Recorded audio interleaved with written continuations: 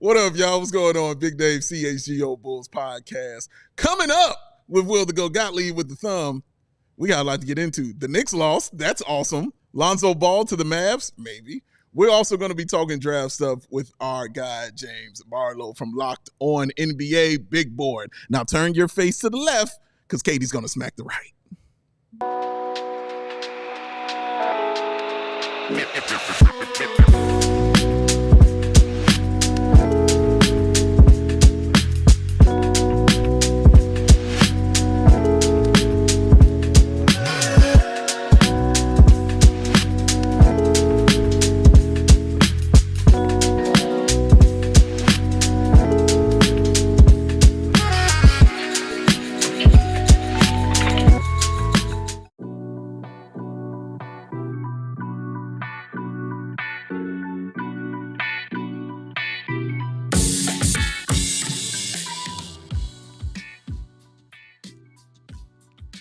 What up? Hello. Hi. All of you are beautiful and awesome, and I'm glad you're here. Where are your dogs and cats? Put them in front of the screen. Put the baby's ears to the speakers.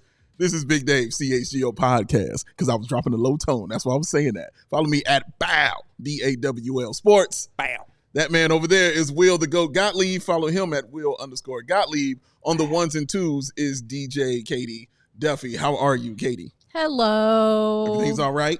Great. The nails look great? Oh, thank you. Kind of fresh. They're lavender colored for those of you that can't see them. Oh, that's an adult, ladies and gentlemen. I like that.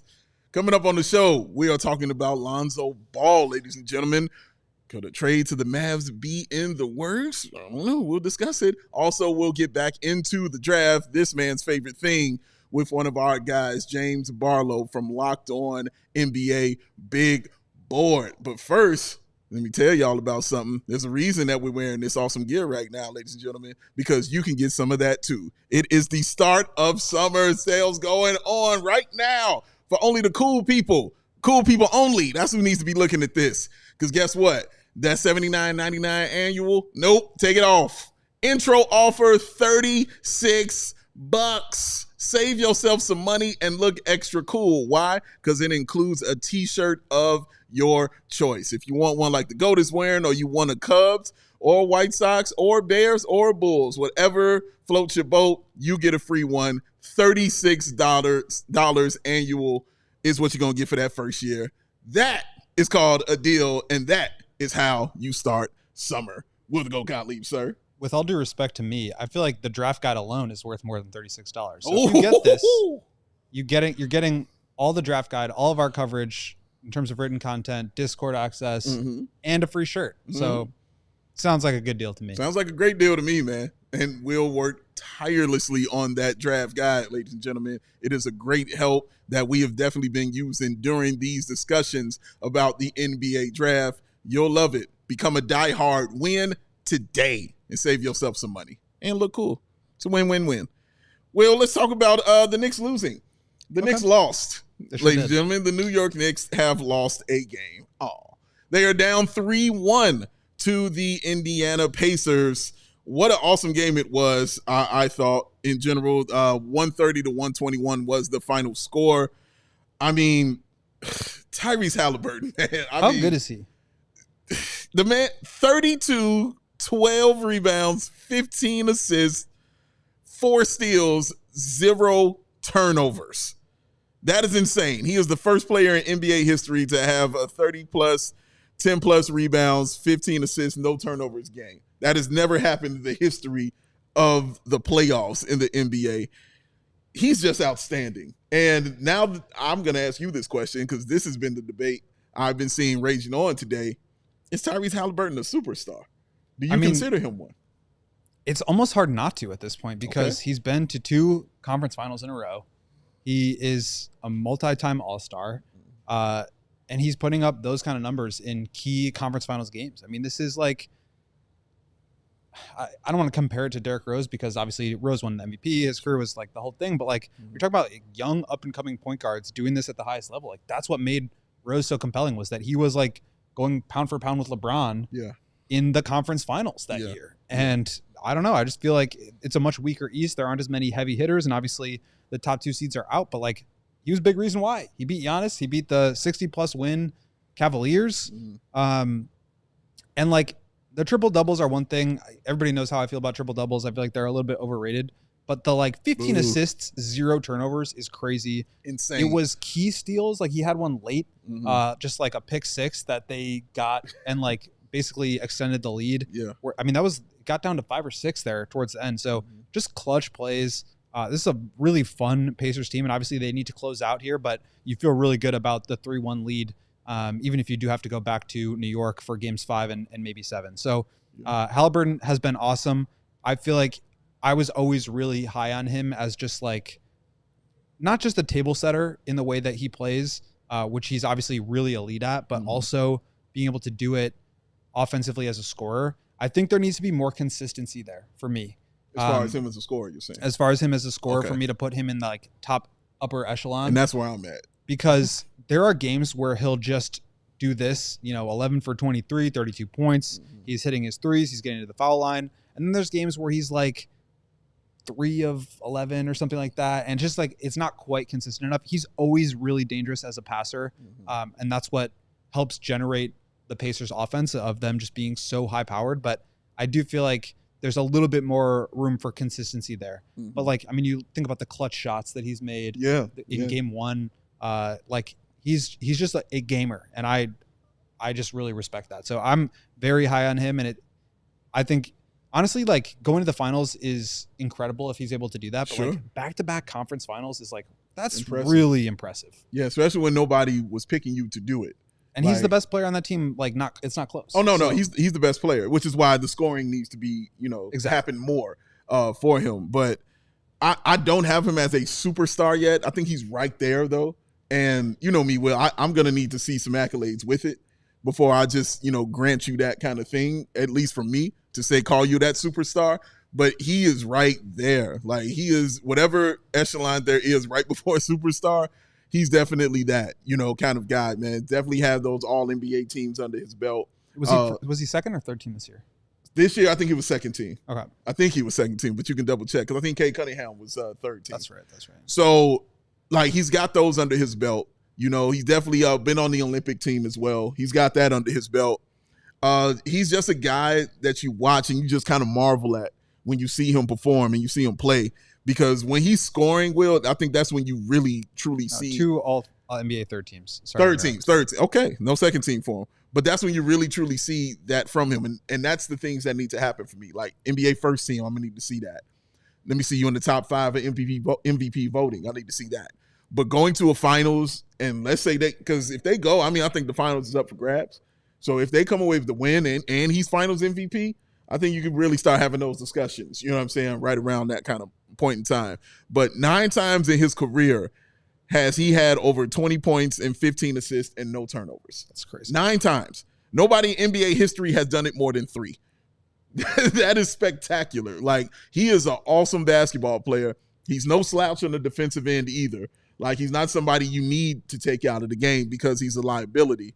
But you just want more consistency when it comes to scoring. And that's all you kind of want from a guy like Tyrese Halliburton. But I'm sure he played also that well because his father was finally let back into the building for the very first time. He got to sit up in the suite and enjoy this performance from his son, man. But, yeah, man, just a really, really talented young man. And I'm excited to see what else is next for him, man, because he has a really special quality about him when it's going for him. And I think they have a chance to close it out in New York. They already won 1 game there. And they just have, like, it feels like somebody's stepping up every game. That's like Siakam had 30, Benedict Mathurin had 20 last game, but like Nembhard only had 3 and Nesmith only had 16, which I mean, that's pretty good, but like he obviously had the 6 threes in the fourth quarter the other day. So they've got guys that step up. Miles Turner is always really solid defensively, great rim protector. He had an awesome block towards the end of the game last night. And they just find a way. And I like that. I wrote recently about how the Bulls need to sort of emulate that in the way that they are trying to play. And like for me, the big thing is Halliburton's off the dribble 3-point shooting. That unlocks everything for this Pacers team. And like if the Bulls are going to try to make Giddey their Halliburton and they're going to try to play this way, like that's what Giddey needs to do. I've been talking about it since day 1 of that trade. He needs to develop an off the dribble 3 to allow to force defenses to have to go over screens.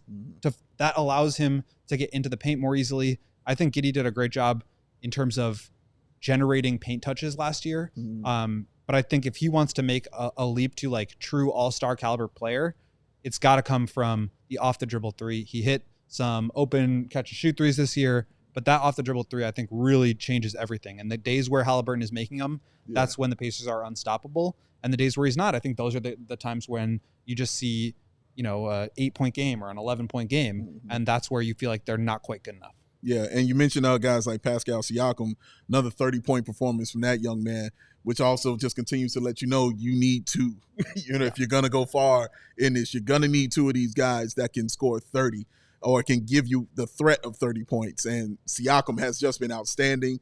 When he plays like this, you remember that he is a NBA champion, and he was a intricate part of that team in Toronto.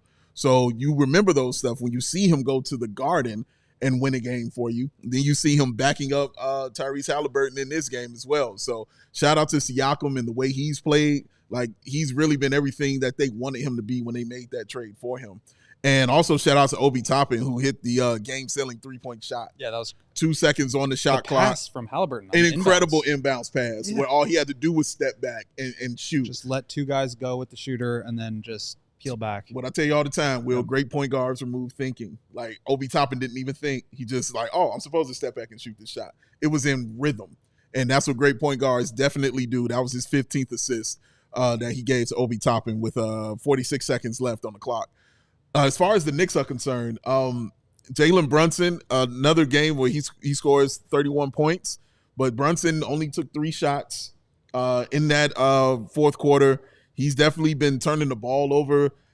This is a wild thing that I saw. He has more turnovers than assists in this series. They've really just kind of come at him really strong.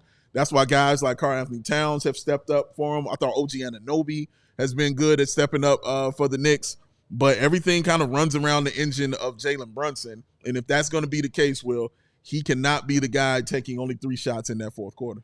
Yeah, and I think that's where you have to credit the Pacers defense in another area where the Bulls need to match them if that's the kind of team they want to be. You have Siakam, who's a great defender. Maybe Modest can turn into a Siakam type of player, just like a tall forward who can score, who can create. But like, he's got to be a much better on-the-ball defender, much more versatile defender. You've got Aaron Nesmith, who really guards above his size and weight. I mean, he's like 6'5", 6'6", but he's guarding threes. He's guarding OG. He's guarding up and down the lineup. I mean, he was integral in their first 2 series against the Cavs and the Bucks as well. So, and then you have Nembhard, who's awesome, and you have a real legit, like, top-of-the-line rim protector in Miles Turner. Even TJ McConnell, like, is a pest. He gives you a lot. Back there, and obviously old friend Tony Bradley's even playing. So I think you have to credit the Pacers for stepping into a higher level on that end. But I mean, the Knicks are still scoring. They put up 121. It's just that they're not really able to get stops and compete with the speed and just the relentlessness that the Pacers play with. Great work. And I think that's really putting them in a tough spot where they have to try to match that while also scoring and playing a little bit faster than they probably want to. So Brunson, I think, like, you always want your best players to be better.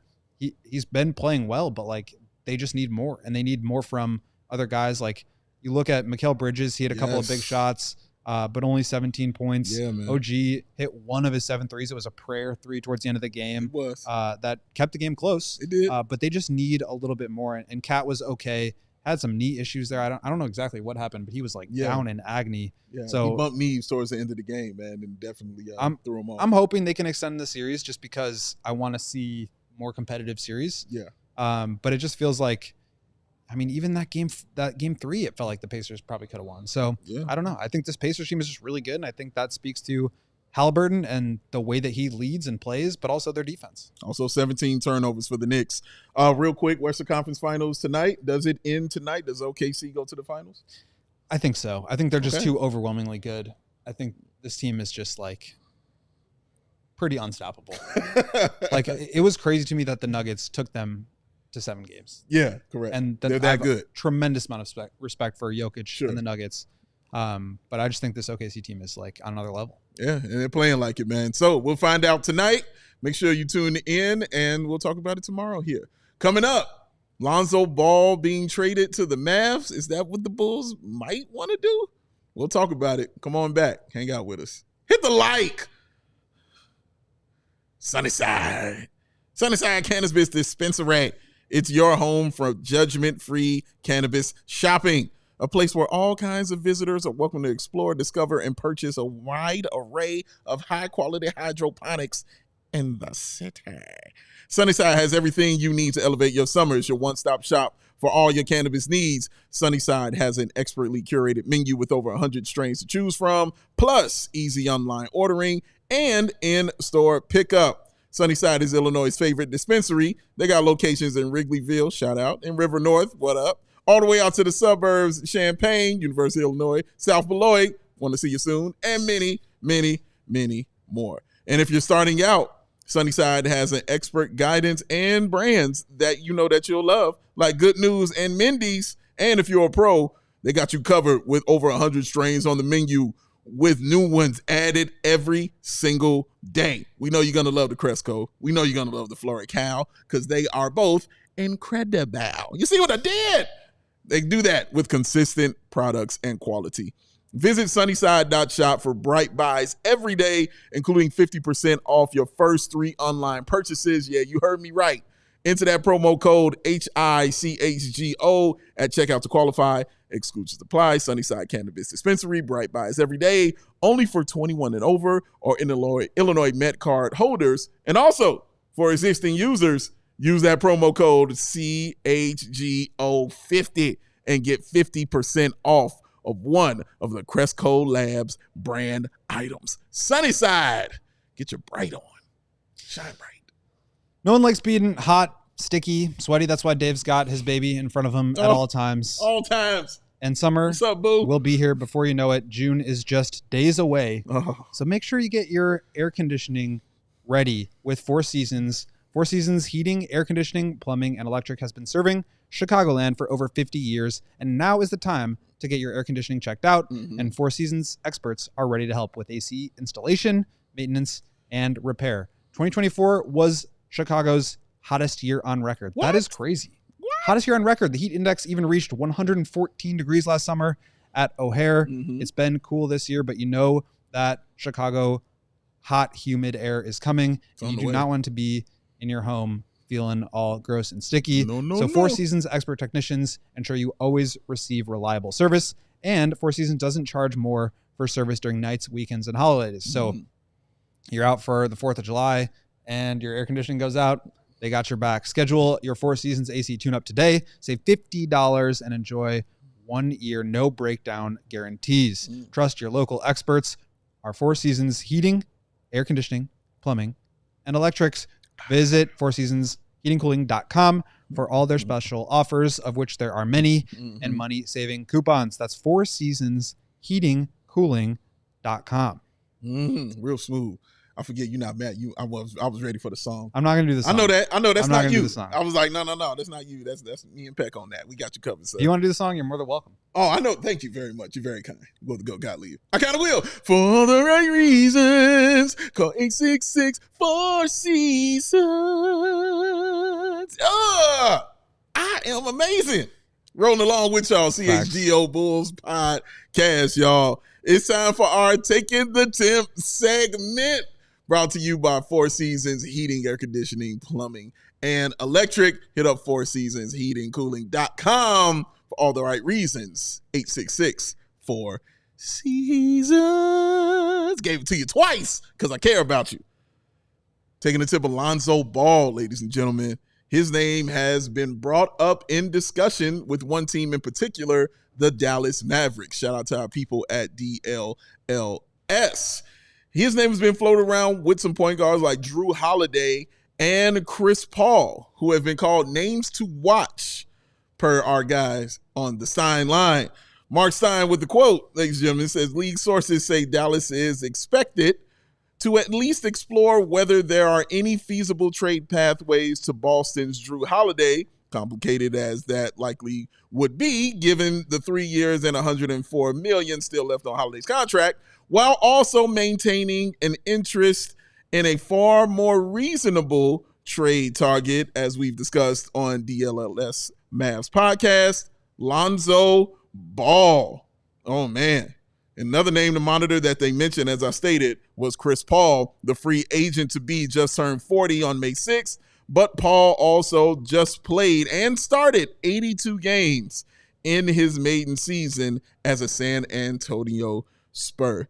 Goat, when you hear something like this, that Lonzo Ball name is being mentioned along with Drew Holiday and Chris Paul, and call him a more reasonable trade target, do you think that this is something that fits with what the Mavericks are trying to do down there in Dallas? I absolutely do. And you've got Kyrie out for probably the year. I mean, there's a chance he's going to try to come back, but torn ACL, that's always a tough one to come back from. And especially, like, even if you do come back, looking as good as you would hope to right away is often not the case. And if you look at their depth chart in terms of point guards right now, it is pretty much no one. I mean, you have Max Christie there, who's more of a 2.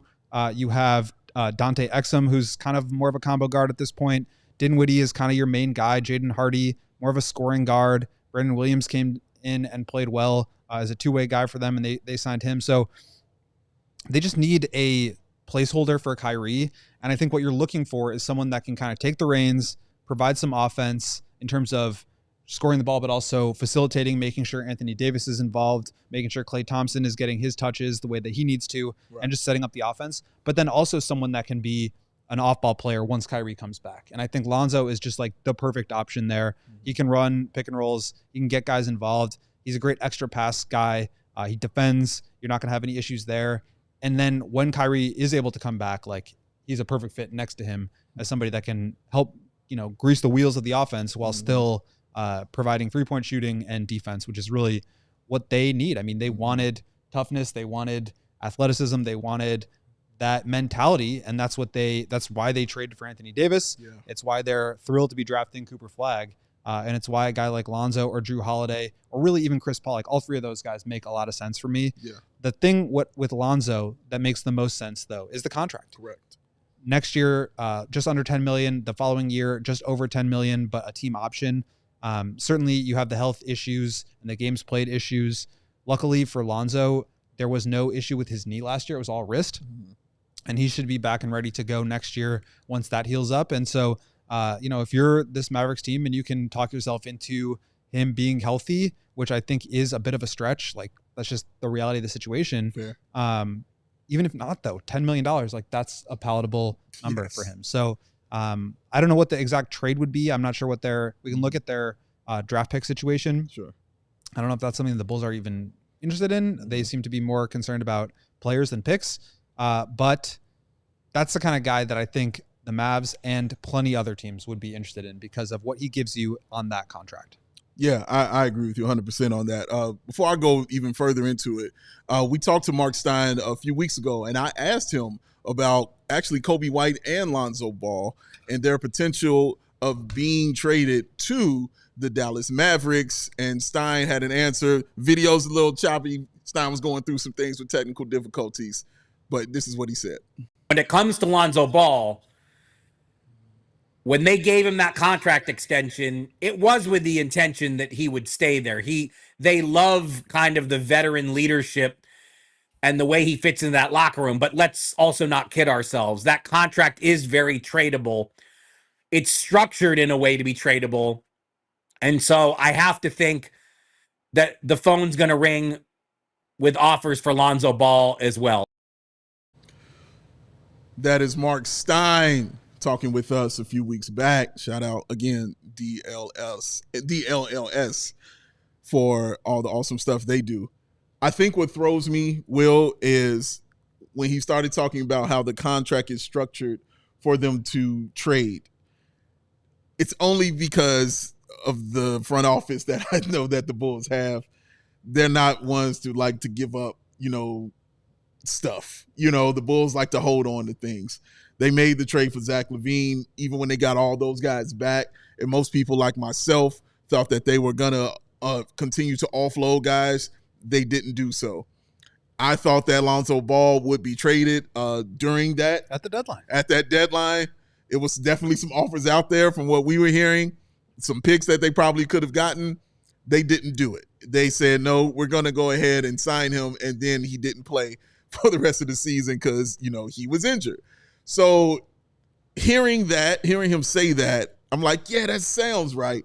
But then just seeing how the Bulls have moved scares me to death that they wouldn't even think about looking at this. Because, look, I completely agree with you. I think it's the right trade to do, and it's something the Bulls should definitely be looking at, especially if they want to, give more guys opportunities, because the Bulls have a plethora of guards on their team. And I don't know what his role will be going forward with this, especially with Josh Giddey there, especially with Ayo Dosunmu there as well. And then there's other guards that you have to contend with. So I don't know what his role will be. Will it be a elevated one? Will it be more of a low-key one? Will it be just a veteran kind of role? Because it feels like he still has something left in the tank. Just Lonzo's been in the league 6 years, man. Like, he's not a 10-year vet or anything like that. He's still got some more time left to play and contribute to a team. I would think that he wants to do it on a team that's really trying to win the championship right now. And I think the Bulls could get something back for him. So I think that's the question I bring to you, Will. Just looking at what the Mavs could have to offer for a guy like Lonzo Ball, what should the Bulls ask for if they are willing to make this kind of trade? Yeah, I think anytime you want to start talking about this, you have to acknowledge the fact that we're maybe not talking about rational actors here. Yeah. The Bulls are a team that has been reportedly interested in drafting guys for fit over need. Yes. That's not how a 39-win team should operate. It should not. You're talking about a team who had a first-round pick on the table for Lonzo Ball at the trade deadline and instead decided to keep him. So that is more in line with what we know about the Bulls, is that they hold on to guys past when they should, and then they can't get as much back for them when they do decide to trade him.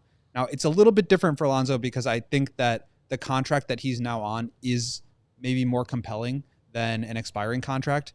The one that he was on, $20 million a year, that's a lot of money compared to only 10, which, you also have the team option, which is huge. So I do think that they could get something back for him. I'm not sure the Mavs have the right stuff. It kind of depends on what you're looking for. Okay. For example, they obviously are not trading their first round pick this year. They have 2026, but they don't have 2027, which means they can't trade 2026 or 2028. They have 2029. They have the Lakers pick and their own pick, but the Rockets have the right to swap with them. So you're looking at a pick swap for Lonzo. And that's, again, less than what we were hearing they were getting offered at the deadline. Yes. And are you willing to take that now? The reason, as Mark Stein stated, and I've heard it too, is that they wanted to keep Lonzo in their locker room. They felt like they really appreciated his leadership and the way that he helped carry along some of these younger players. So if that is part of the calculus, then it probably means that he is more important to the Bulls than he would be to another team. And when that happens, guys do not get traded. So for me, any trade offer the Bulls get is going to have to blow them away in order to make one of these deals. But teams aren't going to sign up to pay 2 first-round picks for a guy that plays 35 games at best. Correct. So I don't know that a trade could get done. I mean, maybe if you attach Kobe and Lonzo, now you take back PJ Washington, Max Christie, and you can get a good pick out of that. But it's also do the Bulls even want picks? They traded Caruso for a player. They traded Zach for players. Yeah. And so I wonder kind of what they'd be looking for. But at the end of the day, I think more teams than just the Mavs will be interested in Lonzo. I don't think he's going to be the first domino that falls in this offseason by any means. But, the Warriors, I think, are a team where he would really fit. The Lakers, I think, are a team where he would really fit. There's, I think, teams out there that would be willing to give you something for him. And if the Bulls are smart, they would use that as leverage to be able to get more assets in return. So we'll see what it looks like. But nothing jumps off the page for me. If you're looking at what the Mavs have, Max Christie's a nice player, but is Max Christie and a pick swap in 2029 going to do it for Lonzo? I mean, maybe. I just don't know if Arturis would think so. Yeah, and that's what's upsetting because that they could have got some awesome stuff for him at that trade deadline. And now it's I got to hear Max Christie. You know what I'm saying? In a trade. Solid player from Chicago area. That sounds like something the Bulls would be interested in. Yeah, man. And the only time we saw them trying to get picks was when they were getting their own pick back. And the other thing is the it's Mavs. Weird. It's weird, man. The Mavs now have this new lease on life where they have a future. Yeah. They trade away their future for Anthony Davis, who can't stay healthy. And then they got Cooper Flag. So, like, I don't think they're going to be wanting to give up a bunch of future picks for guys that are win now players at the expense of their future. Makes sense to me, man. We're going to take another break here, ladies and gentlemen. When we come back, we got our guy, Jay Barlowe, with us, baby. He's going to be talking about the draft, talking about the things maybe the Bulls should be doing, should be looking at, who he likes, who's falling for him on his board. We got a lot of questions for him. He's going to have some answers for us, too. So come on back, hang out with us, hit that like button before Katie comes and gets you. You don't want this. I promise you, you don't. Save yourself. Empire today. Just like your favorite team needs a home court advantage, your home team needs a home floor advantage. See what I did there, go? Pretty good. And Empire Today can get you the help that you need. Empire Today has flooring experts, dedicated flooring professionals who focus on flooring every single day. Now, everybody's been to the big box store. Katie went over to the big box store, and she walked in, and she was immediately frustrated. And while she tried to walk out, she said, well, you know what? I came all the way over here. Let me go look at these floors real quick and see what they got. And as soon as she got over there, Biff said, hey, how are you? And immediately she swung at him with the backhand. He said, oh, you missed, but you can ask me a question after that. She asked him about floors. She said, why are you talking to me? I know what I'm doing. Please hit me in the face. I'm going to run away now. That's how her Saturday went.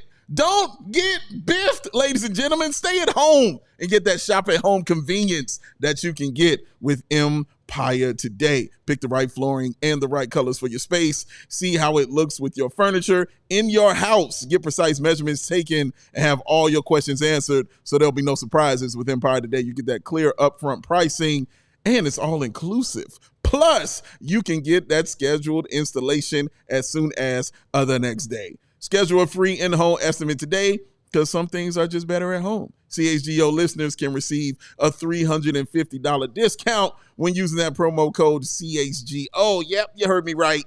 A $350 discount with that code CHGO.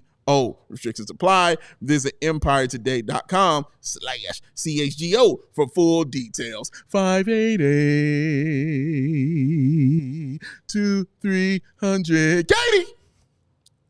Empire Today. You know what? I'll take it. I'll take it. That's off the glass and it went in. It counts. It counts. Ball went in. And whatever the sport, the app to bet on is Circus Sports Illinois. Circus Sports. Transition. It's a sports betting the way it should be. Circus Sports Illinois has high betting limits, low holds, and exceptional customer service. Bet on all your favorite teams in every game this season. I'm going to the Cubs game tonight after this. Oh, that's a flex. I'm going to be throwing down some props, maybe on a home run. Oh, some spreads. PCA? Maybe on the Cubs. Okay. Futures. Maybe. I don't know. It's not going to be part of the game tonight, but if I'm in Circus Sports Illinois app, they've got it. So fund and bet like a pro from anywhere, anytime in Illinois. Download your new bookie today at circusports.com. Must be 21 or older. Gambling problem? Call 1-800-GAMBLER. Hanging out with y'all on CHGO Bulls Podcast. Make sure you're hitting the like button, man, and drop your questions in here for our next guest because we're going to get into the NBA draft, ladies and gentlemen. Met this young man at the NBA Combine. Man, definitely knows his stuff, ladies and gentlemen. You about to find out why. He is a draft junkie. How do I know this? Because it's his Twitter handle. Draft Junkie James is what he is called, ladies and gentlemen. He is the co-host of Locked On NBA Big Board Podcast. Ladies and gentlemen, this is James Barlowe. What's going on, sir? How are you? Man, it's my first time being introduced like that, man. I don't know what to say and what to do. I don't know what to cry, laugh, but thank you for having me on. You took it well, sir. The thank yous are appreciated. You know what I'm saying? Thank yous are appreciated, my man. Dave, before we dig into draft stuff, James, can you just tell us about your background and how you got into draft scouting and you just started doing, I think last year with your brother Raf on the podcast. Just give us a little background on your scouting experience. So my brother, Raphael Barlowe, he started the Draft Junkies website in 2016. I was a part of the 2016. I've always done basketball stuff. I play as often as I can. Basketball is my thing. So that's my thing. If somebody's in Dallas, next time I'm in Chicago, I got my shoes with me. I'm always trying to play. But covering the draft, my brother was like, hey, man, I need you to do it. Let's do it. We can do something different. We got a good rapport. So he brought me on. And I stepped in, and I am mad at myself for missing out the years that I took a break, and I'm in it full go. I went to the combine where I met you guys in person, and just covering the draft. It's like it's arguments, conversations that I have with my brother offline. When we decided to take it online and share, our opinions. I feel like it's authentic because we've been arguing for as long as we've been living, so we might as well do it on a bigger platform and educate fans, learn ourselves. It's a lot of fun. So I've been really appreciative of my time covering the draft. I know why the GOAT loves the NBA draft, but I'm curious as to why you love the NBA draft. What is it about it that just, kind of gets you going and just like, oh man, I can't wait to go talk about this? I enjoy watching guys. It's from like just the start when you hear about a young man, and then you follow him and you say, you know what? It's the predicting of, do I think this person can be XYZ, all-star, superstar? Is he gonna be okay? Is he gonna be that good? Like that part about it, I really enjoy. And then like years later, it's like, hey man, I was right. But also, I enjoy seeing people, because again, I have a background in basketball. I've trained guys. I enjoy seeing people fulfill their dreams. So it's like twofold. So it's like, yes, I get to cover the draft, but on the other end, I understand there's a young man and a family and a bunch of people behind him that have sacrificed so many things for him to get into this particular space to, make money doing something that we hope that they love. And if not, make money doing something that they enjoy doing, something that they dreamed about doing when they were kids. So that is what I love about covering the draft. And just before we dig into like the Bulls specifically, big picture, how would you describe this draft? Obviously, you've got Cooper Flagg, generational strong word, but like an absolutely elite prospect at number one. Yeah. I think everybody's a huge fan of Dylan Harper. And then you've got some questions behind them. But even looking at the full first round or the second round included, like what's kind of your expectation of how good a draft do you think this is going to be? I think it's going to be a good draft. I think obviously with Flagg and Harper, you have your franchise pieces. I think that there's some guys in this draft that may not be as obvious as those two are, but they have the ability to things work out with the right situation. They continue to work on their craft. They can be all-star talents. I mean, like look at where we are today. Shai Gilgeous was the 11th pick in the draft. Did anybody think he was an MVP outside of his household? Probably not. Tyrese Halliburton, I'm sure you guys seen on Twitter that look at the people who drafted ahead of him. So it's like, I enjoy covering and talking about the slam dunk prospects, right? But I want to find the next guy, because again, Halliburton, you said Shai Gilgeous, Jalen Brunson was a second round pick. Like there is talent in the draft. It's not always about the top three guys. It's about who's going to, rise. And that's, again, another fun part of the draft is looking back, 5 years down the line and you say, you know what? This guy probably should have, he should have went number one, or, oh, I totally avoided the red flags with this guy. And then sometimes it's, guys don't love the game. So I think there's a lot of talent in this draft. I think with the Bulls picking at 12, no, you don't have a top 5 pick, but you can work with what you got and build from there. I mean, even in, the playoffs right now, the 4 teams, only one team has like a guy who's leading their team who's the number one pick in the draft. Like everything else, came in the later rounds for him. So yeah, like look at Siakam. Nembhard was a second round pick. Yeah, there's something to be said for all of that. Halliburton. You have Cat, but like Brunson was second rounder, Correct. and Nobi was later in the draft. Bridges was, I think, 11th. So Halliburton and all those guys. Exactly. There's talent there. Yeah. Who do you like in that Bulls range of 12? And obviously, there's going to be some late risers, some late fallers, but like as it stands right now, who's kind of in that range for you? So with Chicago, I'm looking at the roster and I'm thinking it's either wing or big, and getting the feel from what you guys may think. You probably want to say big. So I think you're looking at a Thomas Sorber type at the 12th pick, because Vucevic is 34. Shout out to Vuce, but 34 years old, already with athletic concerns. Like his best days are behind him as a defensive prospect. Again, he's still effective on offense, but I believe the Bulls were what? They were 18th in defense last year. So you need to improve on the defense end. But I also think you could pivot and go with a wing. And I know he's a high riser, but I really like Cedric Coward here because it gives you size on the wing. And, according to my math, your best defender on the perimeter last year was Lonzo. So it's like, I don't know what you want to do with Lonzo. He's got some money. He's got some injury concerns, but I do like Cedric Coward here. I like Thomas Sorber. I do like Neat Clifford. I like some of the older wings that are kind of rising because they can help you get over that hump. And as Madas develops, you figure out, okay, is he the guy or is he somebody that we need a piece? And then also, you have a second round pick. The second round, you might be able to get that wing if you decide to go with a big early on. So I like Sorber. Rayno is interesting, but I don't necessarily think he's going to be the person that you want to try to clean up your defensive issues. But at this particular range, Coward, Sorber are, to me, the best defenders who fit what you guys have on your roster, who can also provide some offensive talent as well. I was going to say, I appreciate him showing his genius by saying about my man Cedric Coward. You know what I'm saying right there. Go ahead. I was just going to say, maybe let's dig into each of those two guys a little bit. We've got a couple minutes before our next ad break, so maybe let's start with Sorber. We've talked about him a little bit, but I think you've just been way more focused on the draft this whole year. What's your scouting report on Thomas Sorber? So Thomas Sorber on defense, he does a lot of good things. He's very active. He had a game against Providence, and I tweeted about it. I'm like, he basically checked every single box that you could possibly want in a big prospect in the first 7 minutes of the game. He blocked 2 shots. He had a couple steals. He grabbed 3 or 4 rebounds, and he had some assists. He can defend.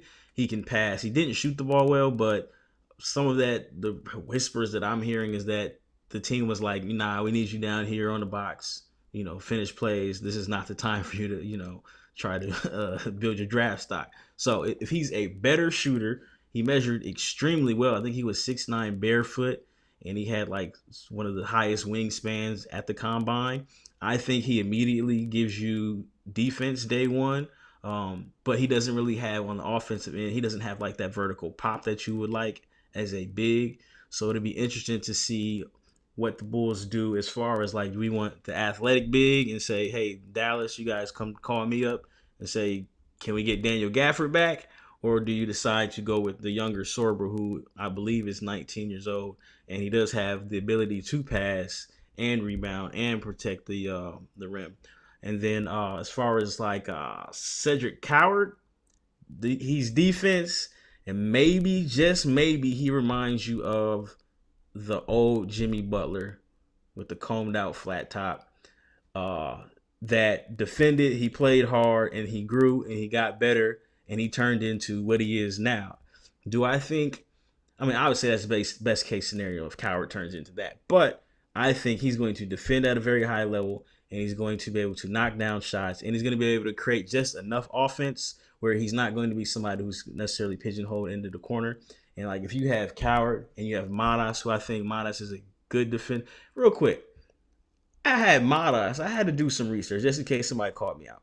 But I had Madas mocked to the Bulls last year, so shout out to me for getting that one right.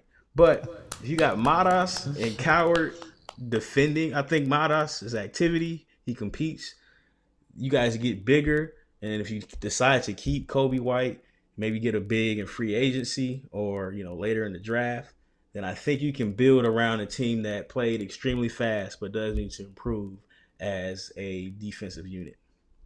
All right, we're going to take our final break right here. And when we come back, we definitely got more questions for our guy, James Barlowe, who has already proved his brilliance talking about the one and only Cedric Coward. Come on back with us, y'all. Hang out, hit the like button, or Katie is going to go Katie. New vehicles are in store at Ray Chrysler Dodge Jeep Ram, and this is your chance to score a great deal during Employee Pricing Plus sales event. Head to Ray CDJR on Route 12 today and choose from their huge inventory of new Chrysler, Dodge, Jeep, and Ram vehicles. And right now, lease the new 2025 Jeep Grand Cherokee 4XE. 4XE? Four of them?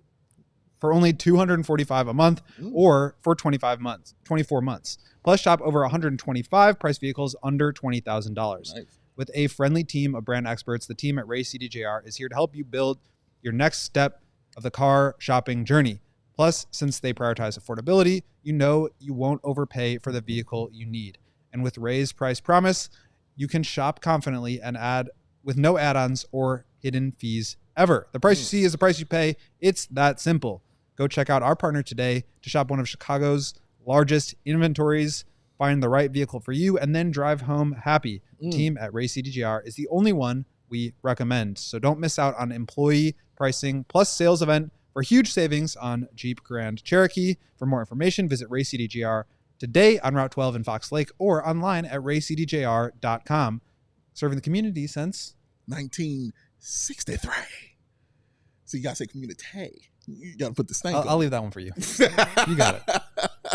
Shady Rays, yo. Oh, God. Now I want to hear you say it so bad. The Shady Rays. Yes. Oh, it's our friends at Shady Rays. They're always helping you get in the right frame of mind with their premium polarized shades that will not, I repeat, they will not break the bank. Shady Rays, an independent sunglasses company offering that world-class product that is rated 1, 2, 3, 4, 5 stars by over 300,000 people. Their sunglasses got those durable frames, those crystal clear optics, making them the perfect choice for your outdoor and your indoor adventures. They got so many colors available. You are bound to find the perfect pair for yourself. And let's say Will Gottlieb gets angry at this Cubs game and throws those shades and they snap in half. You know, Ghost got a temper like that sometimes. But then he says he remembers, oh man, I can send those right back in the Shady Rays because I got that lost and broken replacements plan. 30 days, free guarantee. You will get those glasses right back on the face of the Quaff King over here, ladies and gentlemen. So if you don't love your shades either, you can also exchange them, ladies and gents. It is awesome. Shady Rays team has always got your back with that personal and fast support. So CHGO viewers and listeners, go to shadyrays.com and save 35% off those premium polarized shades and use that code CHGO and try it for yourself. The shades that are rated 5 stars for over 300,000 people. That code again is CHGO at shadyrays.com because the Shady Rays, y'all, where the Rays are oh so shady. Rolling along, we got our guy, James Barlowe from Locked On NBA, big board hanging with us. People in the comments don't like Sorber. Howie R. Bears feels that he's a safe pick. It's a low ceiling because he has no springs, feels he's a shorter Mitchell Robinson. What is it about Sorber, in your opinion, that you feel that even though he might not be a guy that, you know, isn't jumping out of the gym or anything like that, but he can still come in and help this Chicago Bulls team? And who are some comps for you for Sorber? So I get what your friend is saying about here with the lack of springs. That is a valid concern. But as far as the Mitchell Robinson comparison, I think he's more skilled than Mitchell Robinson. Not talking about, you know, Summer League Mitchell Robinson, Lifetime Fitness Mitchell Robinson that plays point guard, not that guy, but the Mitchell Robinson that is blocking shots and defending at a high level. But I feel like while he isn't the best athlete, Sorber, I do believe that he has the ability to pass and make plays. I want to say he's almost at like 2.5 assists a game at Georgetown as a freshman big, which is an extremely high number.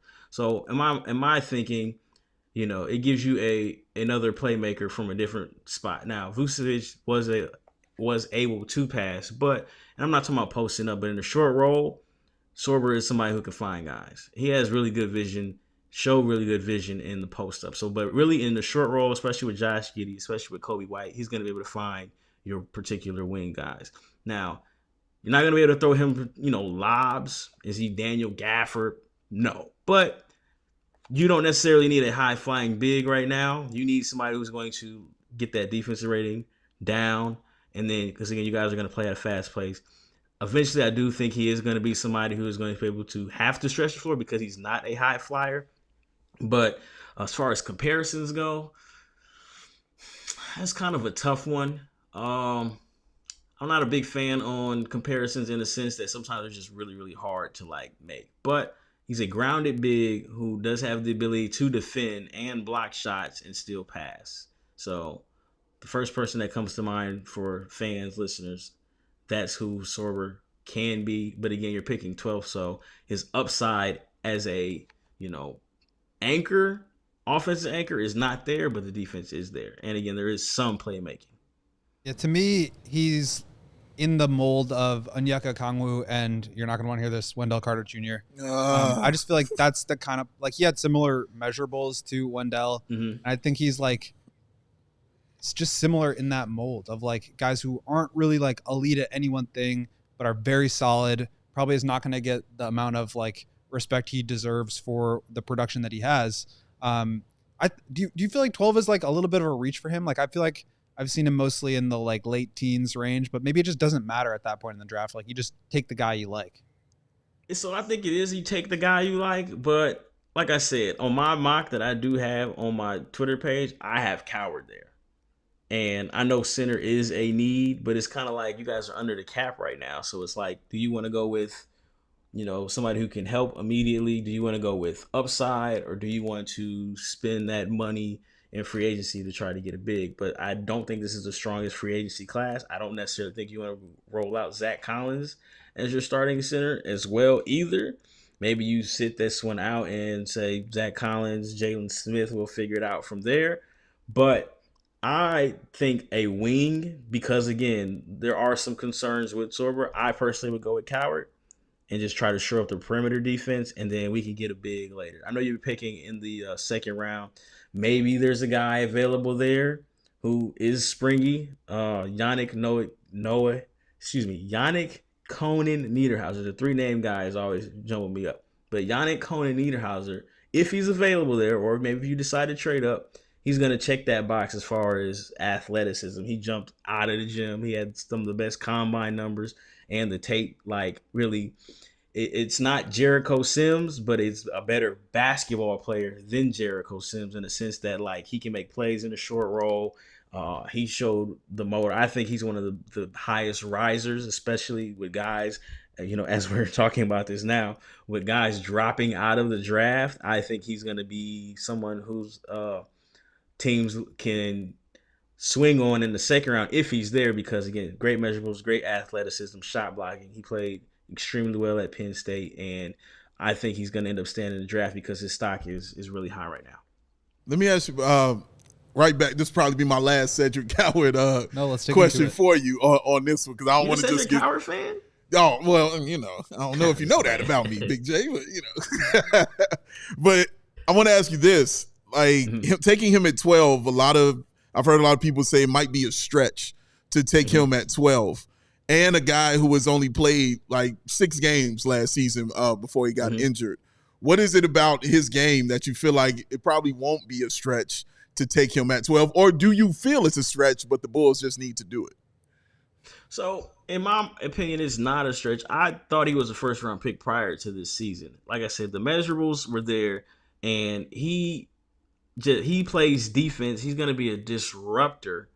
And I feel like you, regardless of where you're picking, pick the guy that, you feel comfortable, confident picking, fitting your system, the culture, all those things that make a team go. I have him at 12. That I don't pay attention to anybody's mock, like not even my brother. Like I see it when you guys see it. I mean, we talk about it, but like, I feel like with his ability he shot the ball well. Again, 6 games this season, but you take the measurables in account. You take in account where we are with playoff basketball, right? So if you're trying to emulate these teams that are in the playoffs, and let's say you have the Knicks and you have the Pacers who are in the conference finals right now. These teams have multiple 6'7", 6'8" guys who are switchable, who you can put on a point guard, who you can put on the wing, who the opposing team's best player. At this spot right here, Coward, to me, is going to be the best defender, and he's going to help your perimeter defense, shore up.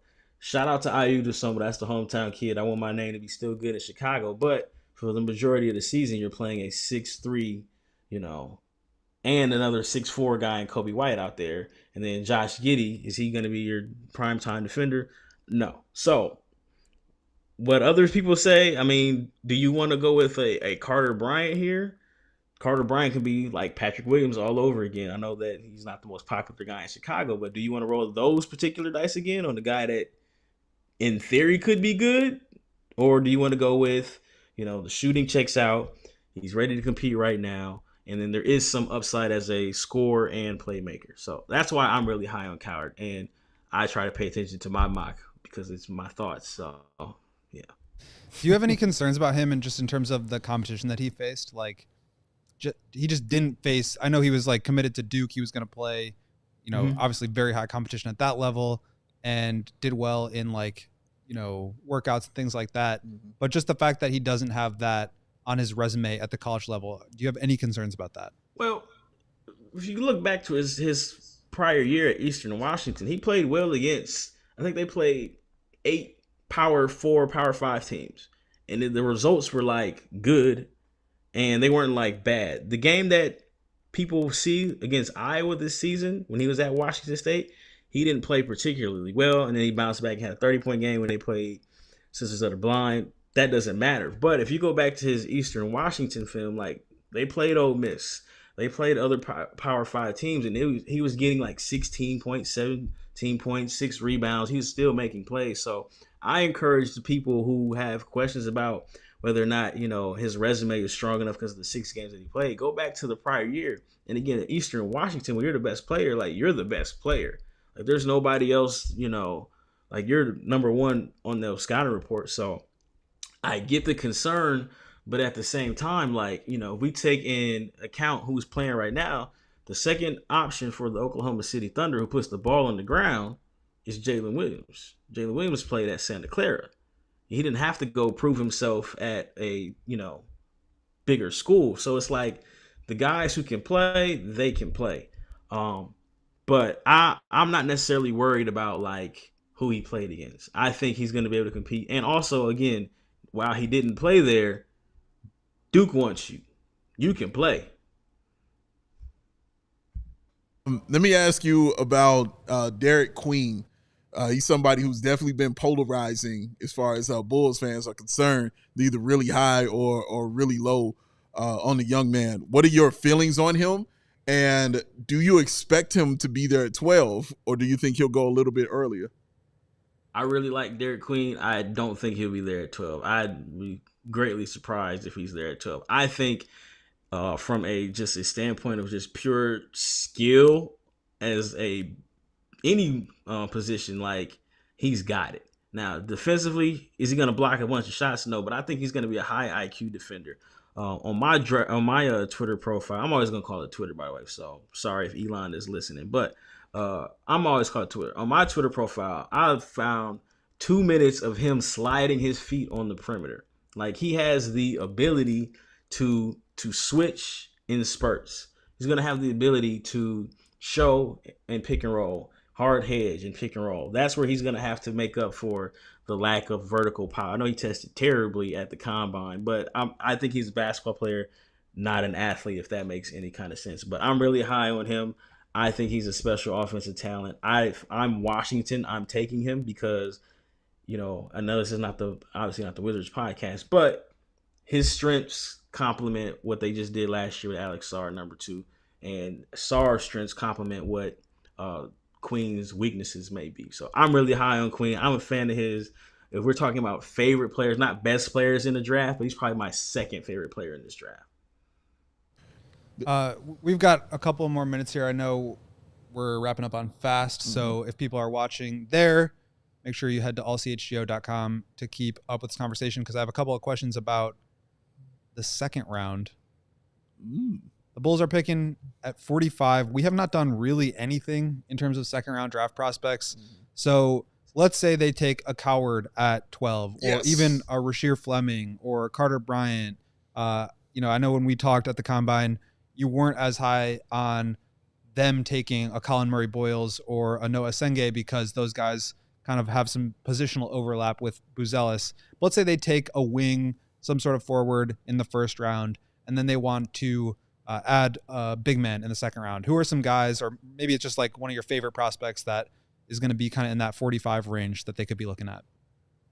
I think you should pray for Hanson Yang at 45. I don't think Hanson Yang will be available at 45. I think Hanson Yang should be a first round pick, but if I'm alone on that island, then that's just where I'm going to be. I mentioned Yannick Konen-Niederhauser again.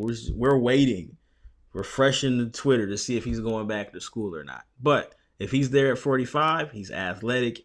He's very athletic. He blocks shots. I think he's got good footwork. Is he somebody you're going to throw the ball to in the paint or in the post? Probably not. But in the short roll, if he gets a running start, he's probably dunking every single thing, and he's got some moves there. Ryan Kalkbrenner is an option. So Kalkbrenner he won Defensive Player of the Year, I think, twice in the Big East. 7-footer out of Connecticut. So there are some bigs there. The draft is thin out. Again, if you want just a quality guy who can do a little bit of everything, but again, he's definitely not an athlete either. I mean, John I. Broome will probably be there. But if I were in charge of the Chicago Bulls, I would probably try to look towards free agency. I know Dallas has to try to figure out what they're trying to do with all the 4s and 5s that they have to look and see who else is available. But if 45, I want Yannick Konen-Niederhauser from Chicago. Yesterday, we did our show on a Joe Cowley article, who writes here for the Chicago Sun-Times. And in that article, he was saying the Bulls were kind of zoning in on Yegor Denman. Wanted to know your opinion on him. Obviously, I didn't think it was a great fit for him to be here with the Bulls, but just your overall assessment of Yegor from BYU. I don't like Yegor at 12. I like Yegor. I think he can pass. I do think his performance at the Combine is kind of fool's gold in a sense, because he shot the ball well. And if he does become a good shooter, that would be great. But he just lacks assertiveness. And, especially on the team that already has a tall ball handler who kind of can shoot. Do you want another one who can kind of shoot? I don't know. I get it. He's 6'9". He looks like he's still growing. I believe he's the best passer in this draft. I just don't necessarily like him for Chicago. And again, I get it. He shot the ball well at the Combine, but when you watch the tape, I think he's more of a 15 to 20 guy, because he just lacks assertiveness. And with all that talent, the jump shot was still kind of shaky. And it's almost like he needs a clear path and a runway and a traffic cop to get to the basket, because he just is like contact. He just doesn't want any part of contact. And I'm not calling him the S word, but I just feel like he wants to pass, and that's good. But I don't necessarily feel like that fits with what Chicago is trying to do, especially if we're trying to improve on the defense end. Now, again, he's 6'9", he's 6'10". He should be able to guard multiple guys, but he's not. At the end of the day, he's not going to hang his hat on being a big-time defender. He's going to be a really good passer who could probably make a couple jump shots. But I wouldn't even entertain it if I was Chicago. No offense to Yegor. I like the guy, though. None taken. Our guy Rob, before we get out, wanted to know your thoughts on Rasheer Fleming, sir. So your thoughts on him. Really like Rasheer Fleming. I've been high on Rasheer Fleming all year. Again, you can look at some of my tweets. I had him in the top 15. Him in Chicago would be interesting because he's got skills to play either position. And, I wouldn't be upset with if you said I want an athlete who can also defend. It's just, do you want him to play the 5? Because, again, I feel like the 5 is probably their biggest need. And while, you can get away with the skinny 5 in the NBA, you're still going to need somebody with some bulk. I think Rasheer is going to be a starting 4 who can play the backup 5. But he shot the ball well. I think he shot 38% from 3. He's got crazy athleticism, crazy length, and he can play. I just don't know if you want him to play the 5. But again, if you want to say, you know what, we're going to be fast, we're going to switch everything minus Kobe White, then Rasheer Fleming could be your guy. But on my mock, I have him going 13. So he's in that particular range. I like him. It's just that for Chicago, I don't know if he's got enough, bricks in his back pocket to play the center full time. Last one for me before we get you out here, and really appreciate your time and your perspective on all this. Asa Newell is another one that Rob had had questions about that has been, the Bulls thinking about maybe getting a big. Like, I'm not a huge fan. I know you have him going at 24 in your mock, but like, what are your thoughts on him in general? So Asa Newell is athletic, and he is like a tweener in a sense to me, where he doesn't rebound well enough to play the 5. And as athletic as he is, his like rim protection, his defensive counting stats, his defensive like block percentage, steal percentage, they are the same as Derek Queen, who people would say is a terrible athlete. So it's like, with that athleticism, if you're not blocking shots, what are you doing? Now, Asa Newell plays extremely hard. I just think he's stuck between positions, and I wish he rebounded more. And I feel like him stretching the floor is going to be like, he gives me like Marvin Bagley type vibes. You know what I'm saying? Where, he can be productive, but I don't know if he is the 12th pick in the draft productive. You know what I'm saying? Like, in the right situation with the right point guard, he can do his thing, but he just gives me Marvin Bagley vibes. And I know Marvin Bagley, like, on a per minute basis is like great. It's just but if I have to evaluate you on a per minute basis, then we're probably in trouble. I just feel like Ace is like too much of a tweener, and I wish the defensive stats would be better to go with his motor and his athleticism. You can follow him on Twitter at DraftJunkieJames. Go do that right now. Again, co-host of the Locked On NBA Big Board podcast. That is James Barlowe. James, thank you for being here, man. We really appreciate you, bro. Appreciate you guys for having me, man. I had fun talking to Bulls fan. I got some mics in the corner behind me, like, not the mics that you just, everybody got. Like, I got some real life mics, man. Yes, sir. Yes, sir. Some washed up Michael Jordan that he wore when he wasn't dunking on people mics. Okay. So your legitimacy is growing. First says you're coward. Yeah, man. I'm just trying to, be stamped out here, man. Chicago be good everywhere I'm at. So. My man, dog. On behalf of our guy, James Barlowe, that is Will Go Gottlieb, our producer, Katie Duffy. I am Big Dave. Hit the like button on your way out, ladies and gentlemen. We'll see y'all tomorrow here on CHGO Bulls Podcast. Peace. We out. We all silly like the mayor.